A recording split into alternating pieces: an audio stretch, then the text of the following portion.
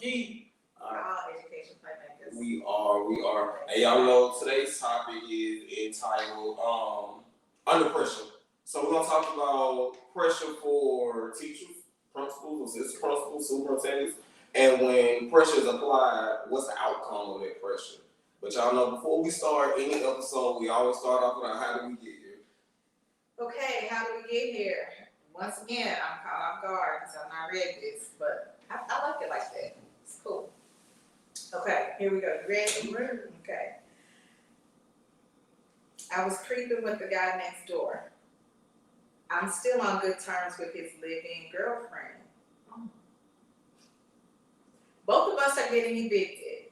I asked him to collect my packages and keep an eye on my apartment while I went on my birthday cruise. Okay.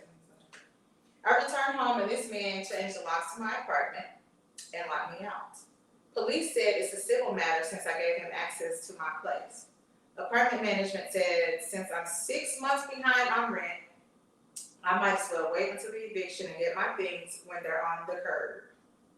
He was evicted when I was at sea.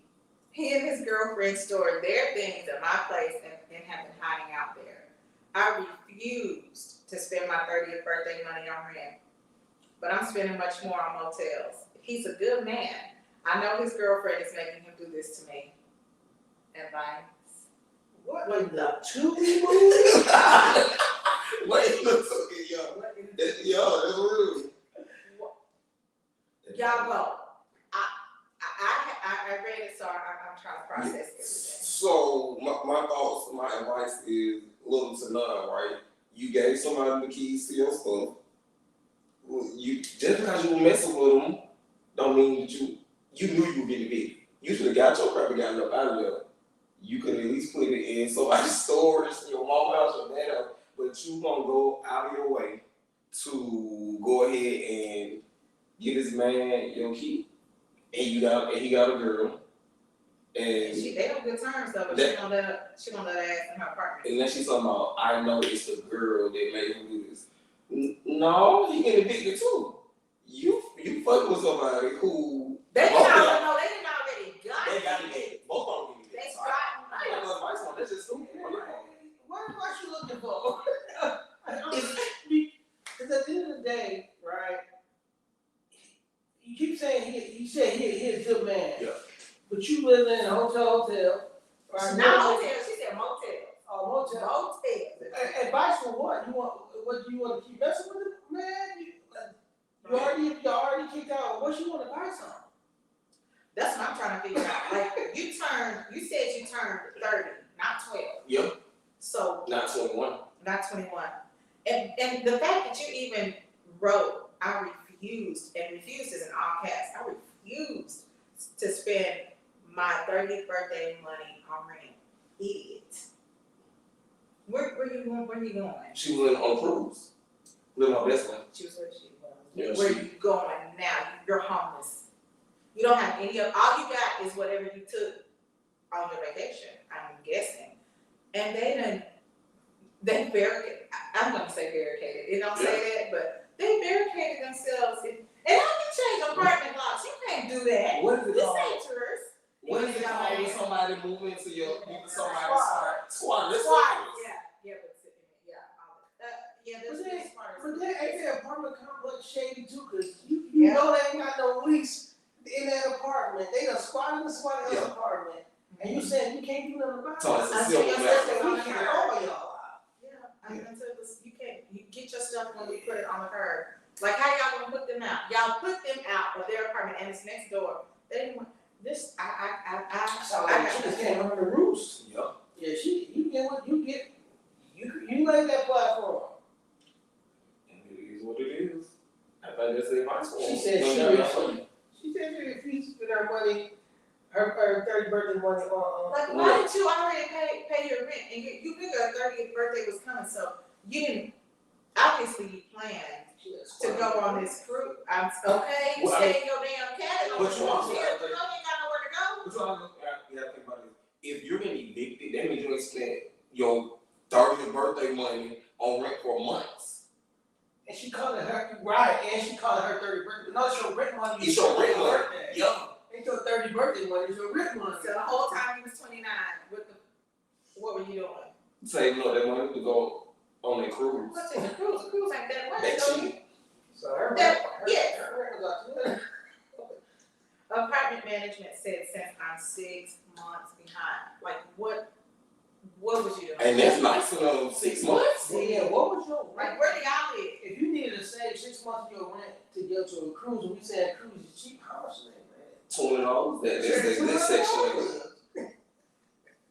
I'm sorry if you on section 8. I ain't even talking about you. Hey,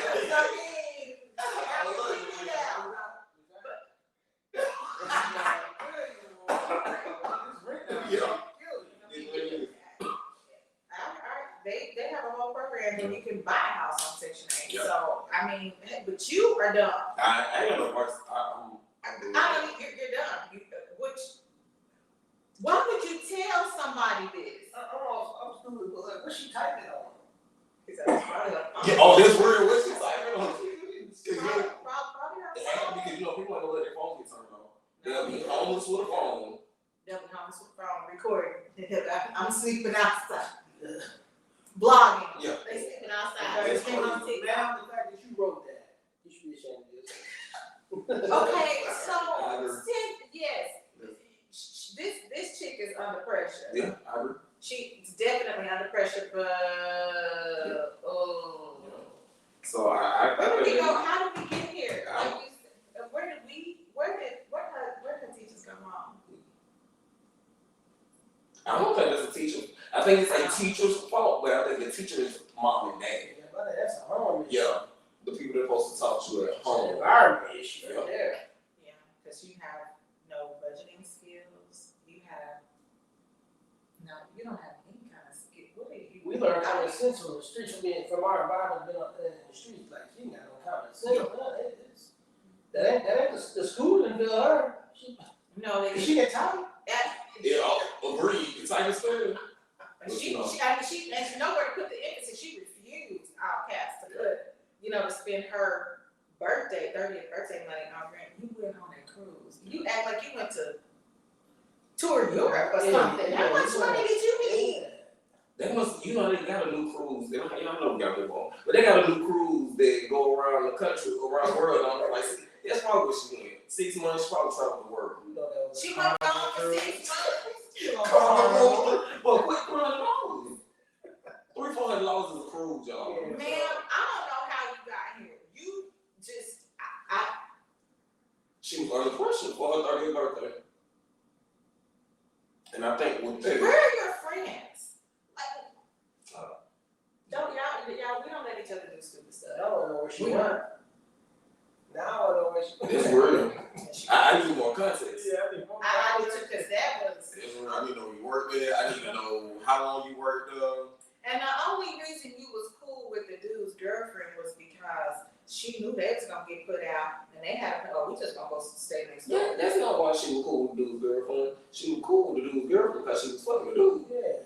I understand that, but the girlfriend was cool with the whole situation. Like, I don't know if she knew or not. She didn't say that. She just said she's cool with the girl. Yeah. But if the girlfriend knew and was cool with it, it's because she knew I they would asses agree with was that. gonna either. But I was like girlfriend. Yeah. I don't think so. Yeah, I don't think so, because why would she change a lot? Yeah. See what I'm saying? She That wouldn't just feel like the let her come. girlfriend did it, so why would she do what she doing? But come on, but Go ahead. I'm just thinking, you had to save your money for the cruise, which we know cruises are pretty cheap. I still need to know where she worked, because how often was she working, because her check's $200. She's for 6 months. So For stupid. 6 months though. She probably didn't work. Tip agents. Cause you can't work and get Section 8 food stamps nowadays. Yeah. So she probably didn't work. So she was saving up her public assistance. Yeah. For her. And selling her food stamps. Okay, Man, you should get slapped on the hand for that. Yeah. okay, I know it's a rabbit hole, but if you got public assistance, you got, like, no single ass, no children having Yeah. ass can't, what you gonna do? You gonna take your ass to work because you don't qualify for anything. Yeah, I know. You don't have any dependents. You know. Oh, we work, we go to work every day. We're not getting anything, we're not getting any handouts. She didn't say. she had kids, or so she got to maybe she got OnlyFans. I don't know. She ain't got OnlyFans. I told you I'm not talking about OnlyFans page. They making money She over was there. probably 6 months behind on her rent. Yo, they making money on OnlyFans. For sure. Did you just write this to be writing something? Because is it real? Is it real life? I don't know. I think it be real life. I think people have these real life issues. And you know, we be shocked at stuff that people do in real life. People like you, it be mind blowing the things that we because we can't make this shit. Yeah. We can't make stuff up. We couldn't if we wanted to. Not that story. No, that's wow. Baby, you under pressure. Yeah. You got rent to pay, you can't even pay rent no more. You got the legal fees, you gotta find a place to live, and then you got this whole mess that you probably not even gonna get your stuff back. Girl, you just start over. Yeah, you need to get your priorities She straight. just gotta start over. Get your priorities straight. Because that cruise is more important than everything else. Yeah. That's something up here you got to Yeah, you're 30, not 13, so I'm gonna need you to do better. Yeah, as we transition, we talked about this in one of the previous episodes. Just goal setting. You gotta set your goals out. If your goal was to go on a cruise, you should have effectively planned for that crowd. And if you didn't do it, that's an issue. And you're a big grown though. 30. Yeah. You're gonna have these years to mess up. Because 17 to 24, 25, I did all kinds of stuff. Yeah.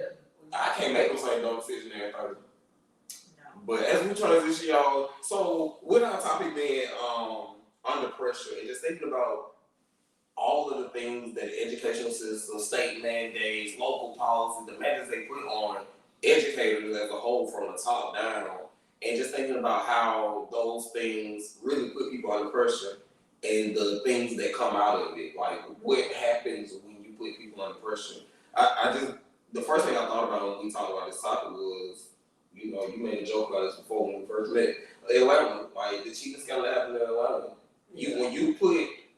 When you tie my money, and not my money, because I don't do this, but if you tie my money, and I say my just being facetious, but yeah, in general, to a student's performance and test scores, what are you gonna do if those students consistently not perform? And somebody's gonna get mad at me because I'm gonna tell you that it's not my fault just students are consistently not performing. I'm doing my absolute best. I gotta get that caveat. Someone will come and say it's your fault, but it ain't my fault. But you know, you got the saying pressure bursts pipes, and people talk about that when they talk about sport, athletics, fighting, and in a positive way, like you have no pressure on, but also in the negative sense, pressure bursts pipes, right? And so you gotta say when you tie accountability to a person's livelihood, especially when that's the only method they have to go about, you know, being successful or taking care of their families. Some people may tend to go the wrong route to make sure that happens. But that's why I always say the pressure and accountability systems never should have been on the teachers, and it should never have been on the schools. The pressure should be pressed on the state accountability systems to make sure that they are doing what's necessary and right by the schools. But it's completely flipped around. And so, of course, when you like an animal, you back in the corner, you're going to fight your way out. Yeah. And so I think some people look at it as that, like some of it's greed, but some of it is, hey, my livelihood is on the line.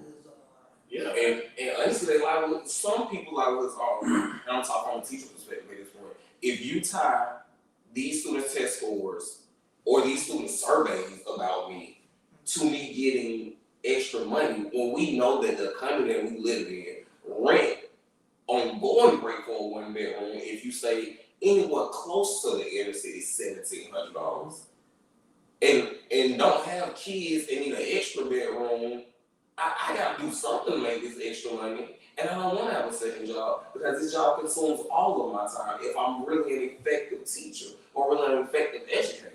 So now I gotta do what I gotta do. Not saying that it's right, but now you going out your way to make sure that these kids pass. Yeah. But what I'm saying is you're gonna cheat.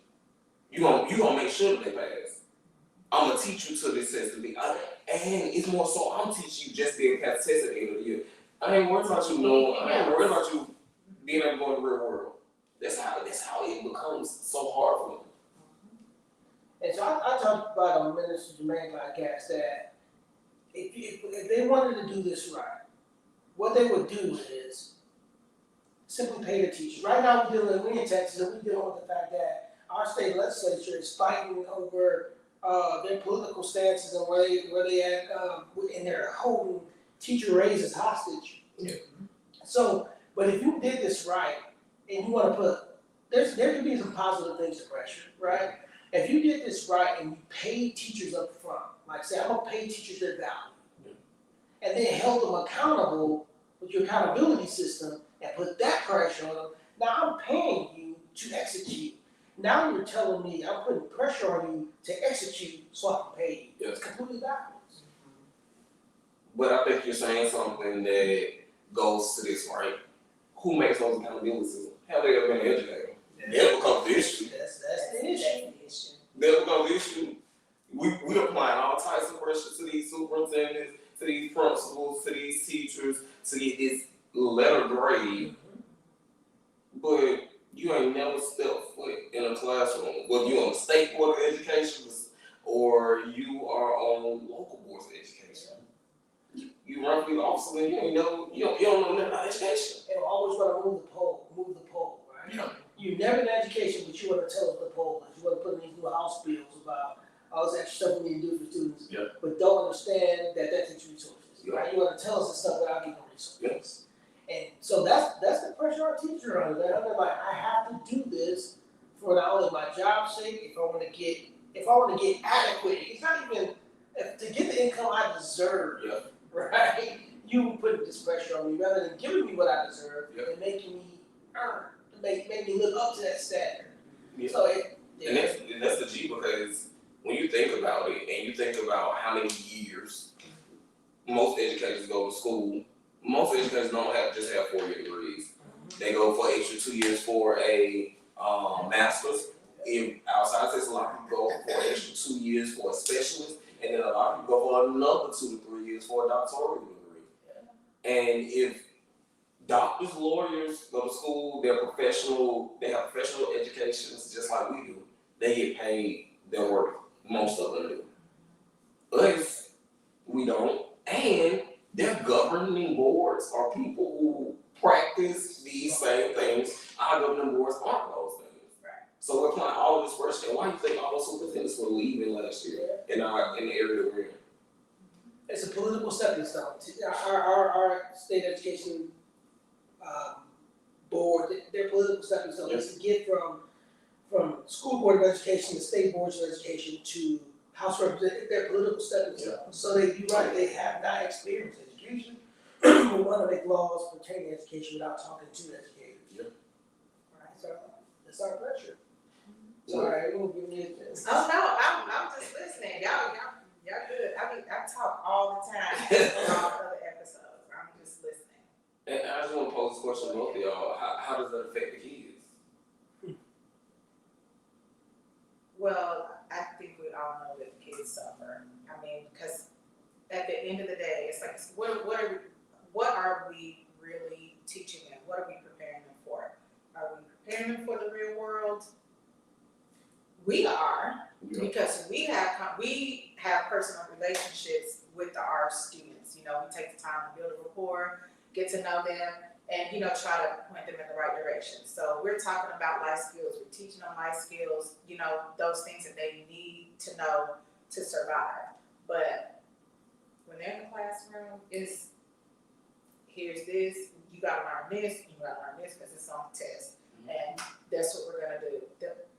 Most teachers aren't taking the time to, build and nurture relationships with those students. They're not letting them know that they care about them and, what's going to happen to them in the future, or equip them with those skills that they need to survive. Like, you got this clown over here who's took all my money to go on a damn cruise. That's like, what you call me a clown. Yeah.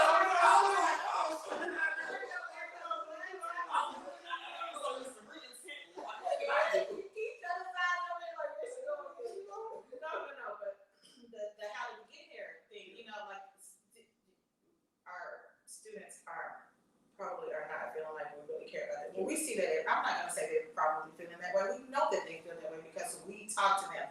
They wind up in our offices because they just she don't care about nothing, so care nothing about me. So what if I skip class? You know, so they are suffering, and then when, you know, they go to college, they're ill prepared. Those who do make it to college, like, they don't have any study skills. They don't have any organizational skills. They don't. That pressure is something that they've not faced before because I just gotta take this test. I gotta take this test. I gotta pass this test. I gotta do this summative, this formative. We have to take this test or that test or whatever. But the students are suffering because we got people up here who are making all these rules for us, and they don't know what they're talking about. And where do their kids go to school? Especially those at the state level. I mean, the local, like our board members and stuff, they're on our campuses or whatever, maybe not. But those at the state level, they're not stepping foot in public schools. They're not. You know they're in school because they push it for they want to go to school. Exactly. That's why all this is now tied to money. But there's a couple places I think really hurting kids is the fact that we know we want to do more for kids. As educators, we know that there's more we can do this, but they want us to make a 7-course meal out of bread and water, right? You want all this stuff to be implemented. House Bill 1416. You want all this stuff to be implemented, but not giving them resources. So that's what's hurting kids because in order to make that stuff happen, we have to pull resources from the other places, right? We can't do an effective RTI program because, first of all, not giving us resources to run it. Second of all, you're making us having all these requirements instead of meeting the kids' needs. If we just did RTI the right way and can meet the kids' needs through that program, through those interventions, then we do it. But you said you gotta have 15 hours. No, we just need to make sure we gotta help these kids grow and thrive. We also have taken stuff out of school. It also causes us to take stuff out of schools that kids need, like you talked about. They need to learn how to notate. They need the civics. There's a lot of stuff we're not able to do because it's now math, reading, science, social math, reading, science. And so, and then when you also look at that, we're also taking out things that cause kids to come to school and love school. Right? Absolutely. We're taking out the fine arts. We're taking out things that make our kids thrive.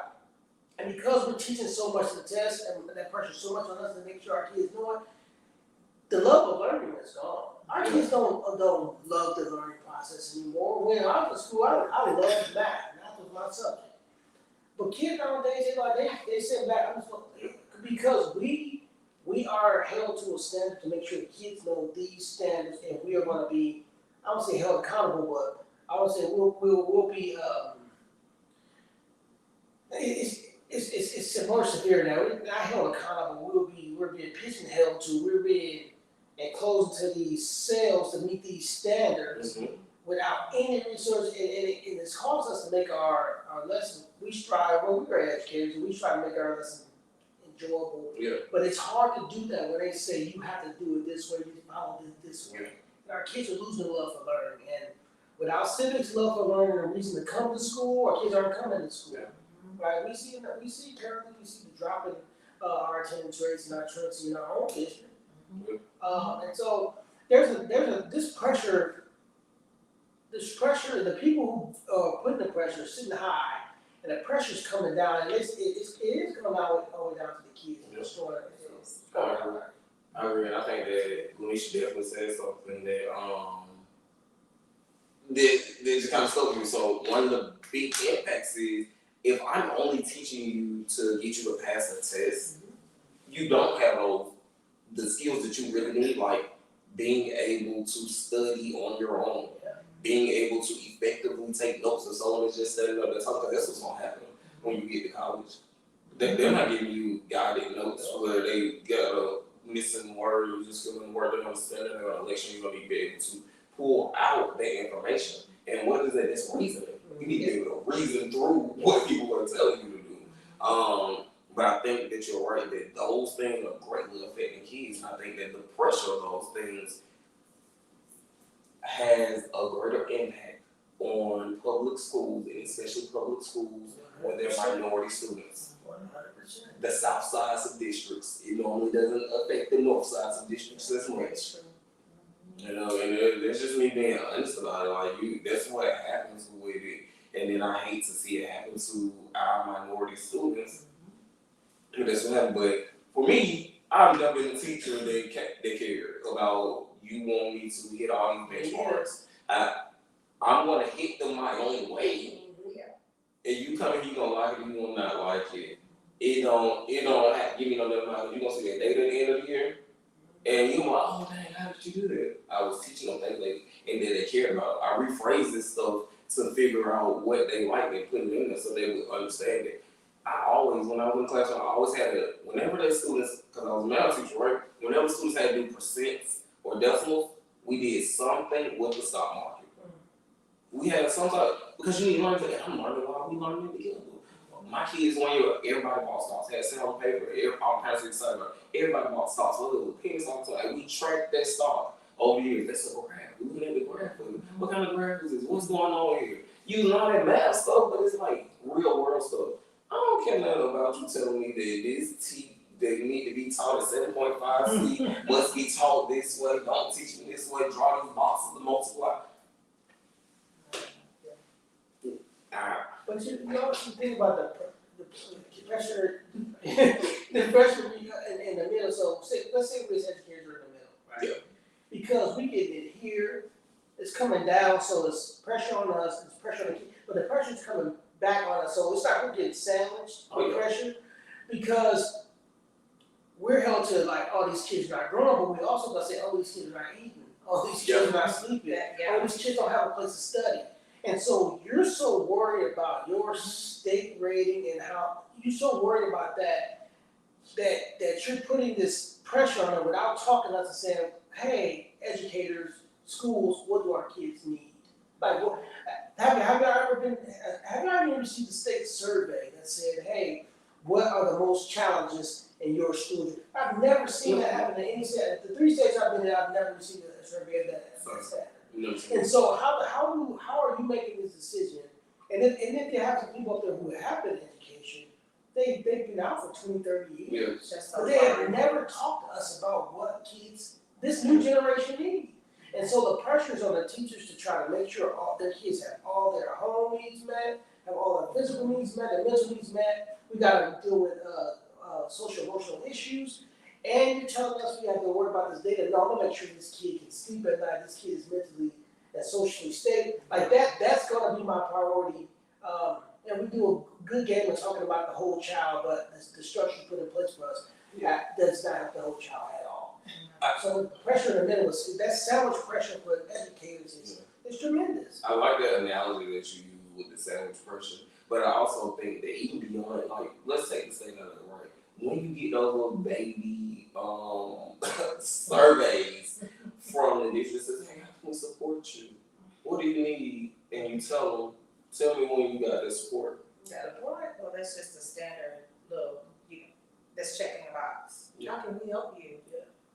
But let's talk about SPED, okay? Because it seems like we get to a point to where, they got to take the test, but it don't really count. So it don't matter if they pass or not. And y'all know that's me. That's my background. When I was in the classroom, I taught English, and we're doing what everybody else is doing. We're not doing it on the gen ed level, but we're gonna do it. We're gonna study for whatever the unit is that they're doing. We're doing, and I never excused them, but that's what we're doing. That's what we're doing now. We are, and you can get pissed off if they want to, whatever. I live this life. We know what's happening. So, and it's kind of like, well, we really don't expect them to go to college or be productive or do anything anyway. So, their test scores really don't matter, but they do matter. And they matter. They have to learn too. Otherwise, they don't need to be in school. But they are done an even greater disservice because it's kind of like, oh, well, they need fundamentals. They over there on that side of the building. They don't take the test, but we get all of the scores. They're all factored in, and they're ill prepared for the real world too. I mean, they're barely taught job skills, honestly, because they want us to teach them to the test, even though their scores aren't going to count. What y'all want us to do? Are we going to teach them life skills so they can get out and get a job, learn how to, catch a bus or to use their phone to get a Lyft or an Uber or something so they can get to a job?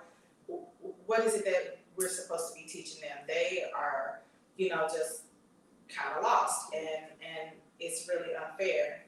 And y'all know my youngest just graduated. My two oldest, they went to college. they have degrees.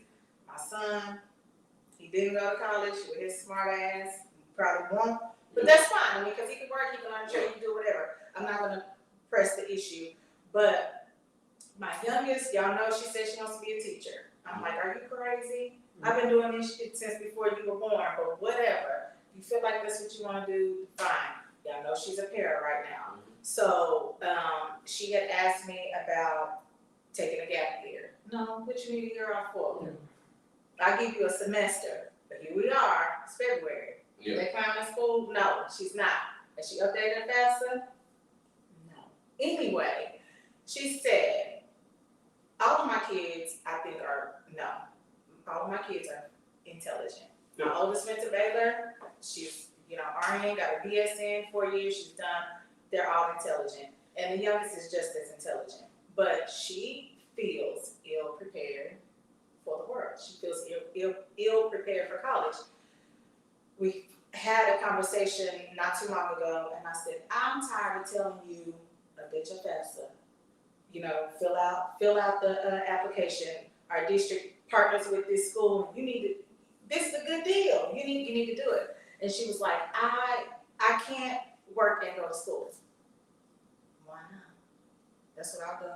What you mean you can't work and go to school? What's wrong with you? Right. And she said, you know how it was in high school. It was hard for me. So I'm not going to be able to do it.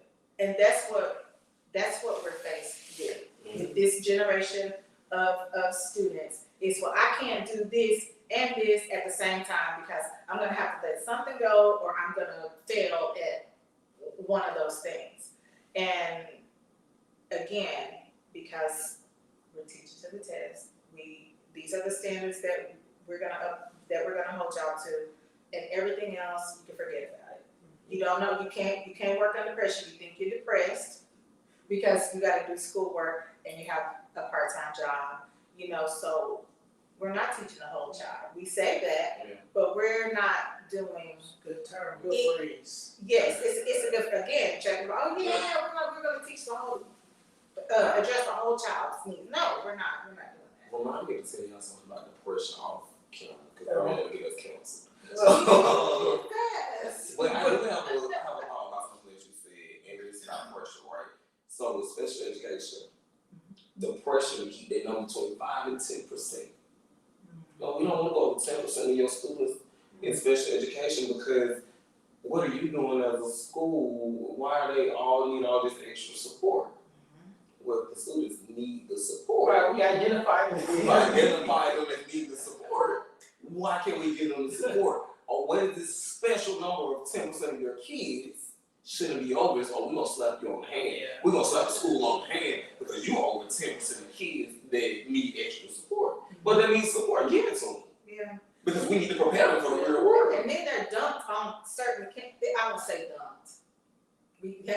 When we look at zip codes, they're concentrated in certain areas, and we know that. So it is what it is. It may be disproportionate or whatever, but at the end of the day, that's just what it is. They need the services, they need service. I give my boy a shout out because as far as one of his former supervisors and evaluators, one thing Marcus did, I went to one of his classes and he said, man, we 9 years better. And so he held all the kids to a standard of excelling but that don't mean he didn't modify and accommodate. Right? So their 90% may have been modified or accommodated, but I'm expecting them to get 90. And that's the problem. We're so focused on achieving instead of growth. Every kid, whether they SPED, GT, or Gen Ed, they should be growing in your presence. I don't care who the kid is. They can be applied, they can be developmental, they need to be growing in some area. They can be in IDS, they should be growing in some area. But we think we so focused on achievement and say, oh, we gotta get our math scores up, our reading scores up, that we do leave our SPED kids behind. And we don't care about these scores. And that's why we have to have a complete focus on every student growing. We may modify it, we may accommodate you, we may give you support, you may have one-on-one aid, but you are expected to grow and meet the standard. And so often when our SPED kids don't meet the standard, oh, they SPED. Yeah. They SPED. Not declare. But on the other hand, the state want to hold you accountable to your SPED. It's almost selfish of our state accountability system. It seems like it's a selfish program because if they move to a completely growth and they start judging if the growth area, if the closing the gap area is a larger part of your accountability system, that will make way more sense. It will make way more sense. You know, I appreciate that too because my kids would tell you what the minimum expectation was in their classroom. And if they didn't meet that minimum expectation, which was, it was like 80. I thought it was 90. It was like 80, you know. But, you know, if they didn't make that minimum expectation, they knew what was up. They knew that, oh, I got to come and I got to do it. Every kid knew that. Every kid knew. You wouldn't ask any of them what you got to school with. They would tell you. And they knew, okay, well, I got to come back and redo it. And I'm going to give you a different form of it. I'm going to make sure I'm going to go back and look at your work. I'm going to make sure I tease it out to you. But I want you to know, no matter what label you have on you, you can excel. Yeah. And that was one of my best years, too, because those parents love the kids. They're going to be like, man, he made this, he like that. I would get messages. Thank you so much for pushing me. Thank you for doing this. And then I remember getting one of those kids hadn't passed the state standardized since in 3rd grade. Wow. In my grade, they passed that state standardized test. Why did they pass it? I wasn't doing nothing special. I just had a very high expectation for you. And I knew the expectation was too high. And I knew certain tests you couldn't even get an 80 on. The lowest score you could get was an 88 because you missed 2 questions. You're in the 70s. But I knew that. And they strived to get it. Did they get it for no? But you gotta do that. And that's why that pressure, it wasn't no pressure from nobody else that was telling me to do that. I wanted the kids to say it. But you know what, that speaks to what you did. We had a PD about it. I think for me it was one of the best PDs we had in our district. But what you did was, and I think this is the best phrase, I still stick to it when I heard the guy say, you raised the kid to the crown, right? You didn't bring your crown out to the kid. Bring the kid to the crown. Yeah. Right? And I'm expecting you, and you may go about it a whole different way. I may have to, modify it just so I can make sure you understood the skill, but I'm raising the kid to the crown. Oh, you just said something though. You said understood the skill. Yeah. Most people don't want you to understand the skill. I need you to understand the questions to answer this specific question. That don't help me though. Like you a different question on a different way, you still can't do the skill. Right. But the pressure makes people do it. Because what is critical thinking? And this is my definition of critical thinking, it is being able to apply a skill or a strategy in any context.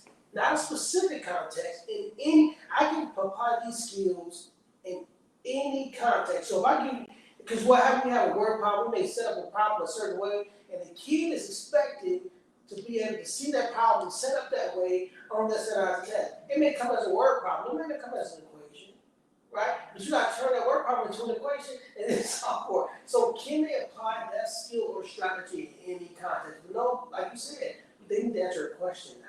Yeah. The pressure is going to be able to answer a question, not show demonstration of the skill. And so you have pressure to make sure kids can answer questions. You have the pressure on it. I don't think people understand how tough the pressure is on the educator, right? Because you get it from every angle, from parents, kids, state, school. and you have to try to make all these pieces of the puzzle fit, and they're different pieces to different puzzles. Instead of everybody getting on the same page and being in pieces to the same puzzle, we're in pieces to different puzzles. 32 different puzzles, 20 different puzzles going on at one time, and it's like, how do I put this together? And it's so much pressure, so right, that, and let's just be honest, that when you are dealing with them for 8 hours, they with you more than they with 8 hours, the pressure is to teach them things they need to know for the real world. The pressure is to teach you the math that you need to teach, your social language, social reading. The pressure is to teach you those critical thinking skills. I'm also pressured to show you things that are outside of the real world. Because they don't quit actually, when am I going to use the real world? So now I got to also fold this into it. I had so much pressure before I even get to the district accountability or the state accountability.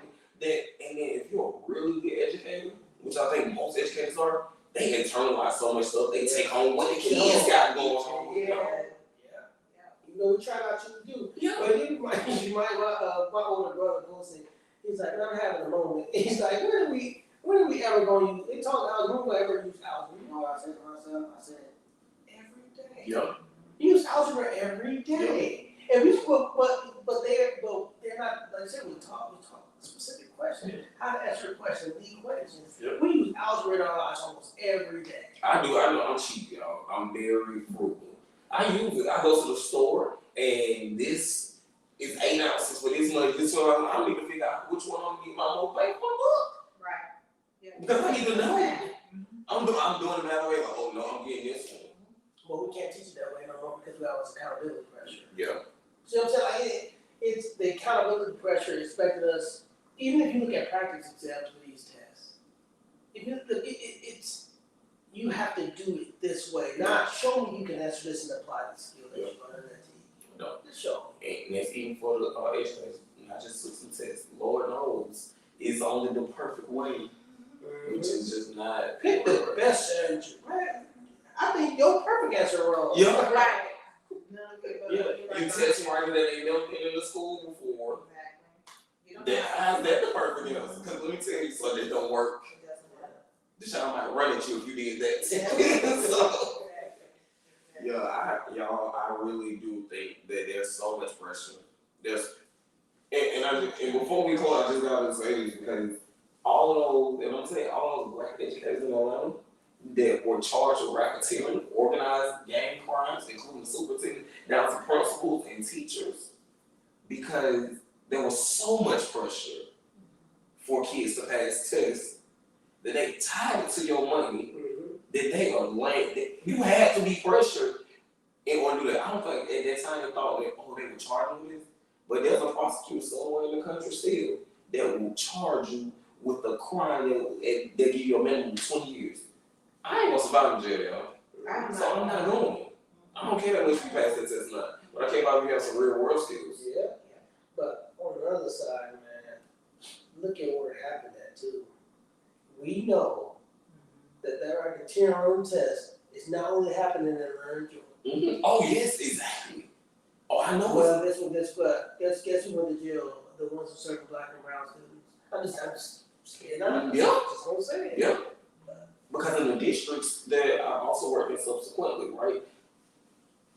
They require you to take a test. They have these incentive allotments for educators. Do you think that those educators are doing it fairly, or do you think those educators say the first time I don't do that great? Oh, I need you to take it serious this time, and growth go through the roof. Your money ties is a child survey. And you gotta put that on great. Right. Well, let me read that question. Do you know what that word means? Come on. But you have, but even in this, if somebody does cheat, it gets tied to the money. Yeah. We know that certain people just gonna lose your certification. Yeah. You just gonna go to a different district. Those people got jail time. Yeah, got you saying. Some people gonna get promoted. Yeah, they make.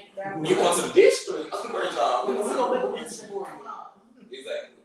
Yeah. But the ones who serve our black and brown people went to jail. We know hundreds, if not thousands, of them got stopped on this. Just saying. So this pressure thing is real education. It's real. I think this was a good episode. Y'all got anything else?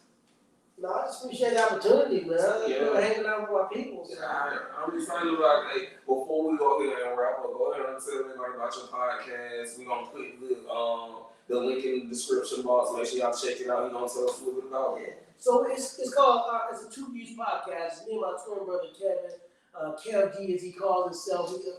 We talk about all types of topics: education, mental health, business, finances, and we just come from a real perspective. We may disagree, we may agree. We got our dad jokes in our top 5. I got the best dad joke. But we keep it live and real. We just want to uplift the community and make sure everybody has practical tools to make decisions in specific areas. So check out the TuVues podcast. Dr. Keith and Kev G. We try to liven up, make it fun. So check us out on Spotify, Apple Music, YouTube, Instagram.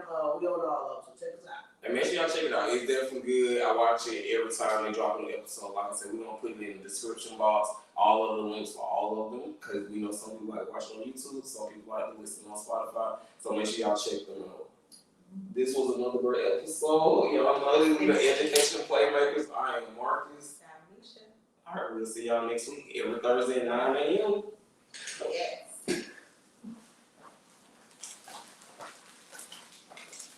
You and Miss Candy. Can't stop.